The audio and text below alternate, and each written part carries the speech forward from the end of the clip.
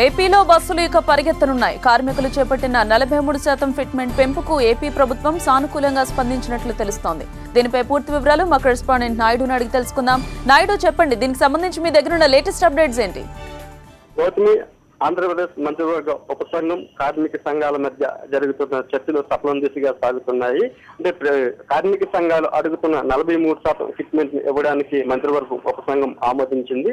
అయితే సాయంత్రానికల్లా సమ్మె విరమించే అవకాశం అయితే స్పష్టంగా కనిపిస్తుంది. అయితే 43% ఫిట్మెంట్ ఇస్తున్నాం కాబట్టి బకాయిలు 1100 కోట్ల రూపాయలు మాత్రం అడగవద్దని ప్రభుత్వం మంత్రివర్గ ఉపసంఘం కార్మికులకు స్పష్టం చేసింది. ఈ 43% ఫిట్మెంట్ ఇవ్వడం వల్ల ప్రభుత్వం మీద ఏటా 1000 కోట్ల భారం పడుతుందని మంత్రివర్గ ఉపసంఘం సభ్యులు ఆర్టీసీ కార్మికులకు స్పష్టం చేశారు. అయితే మొదట 37%, 33, 34% ఫిట్మెంట్ ఇస్తామని మంత్రివర్గ ఉపసంఘంలో ఆర్టీసీ కార్మిక సంఘాల నేతలకు స్పష్టం చేసినప్పటికీ కూడా వారి ఎట్టి పరిస్థితుల్లోని కూడా 43% ఫిట్మెంట్ ఇస్తేనే తప్ప తాము సమ్మె విరమించేది లేదని వారు స్పష్టం చేయడం జరిగింది. అలాగే తెలంగాణ ప్రభుత్వం కూడా 43% ఫిట్మెంట్ ఇవ్వడానికి సిద్ధంగా ఉందని, గతంలో చంద్రబాబు నాయుడు అధికారంలోకి రాకముందు కూడా ప్రభుత్వ ఉద్యోగులతో సమానంగా ఫిట్మెంట్ ఇస్తానన్న హామీ ఇచ్చారు. ఈ నేపథ్యంలోనే ఆర్టీసీ కార్మికులకు కూడా ప్రభుత్వ ఉద్యోగులతో సమానంగా 43% ఫిట్మెంట్ ఇవ్వాలని వారు డిమాండ్ చేయడం జరిగింది. అయితే ఇప్పుడు విధులైన పరిస్థితులు అటువైపు తెలంగాణ ప్రభుత్వం 43% ఫిట్మెంట్ ఇవ్వడానికి సిద్ధపడుతుండడం, మరోవైపు ప్రతిపక్ష నేత వైఎస్ జగన్మోహన్ రెడ్డి కూడా ఆర్టీసీ కార్మికుల సమ్మె మీద ఒక స్పష్టమైన విధానం తీసుకోవాలి, లేదంటే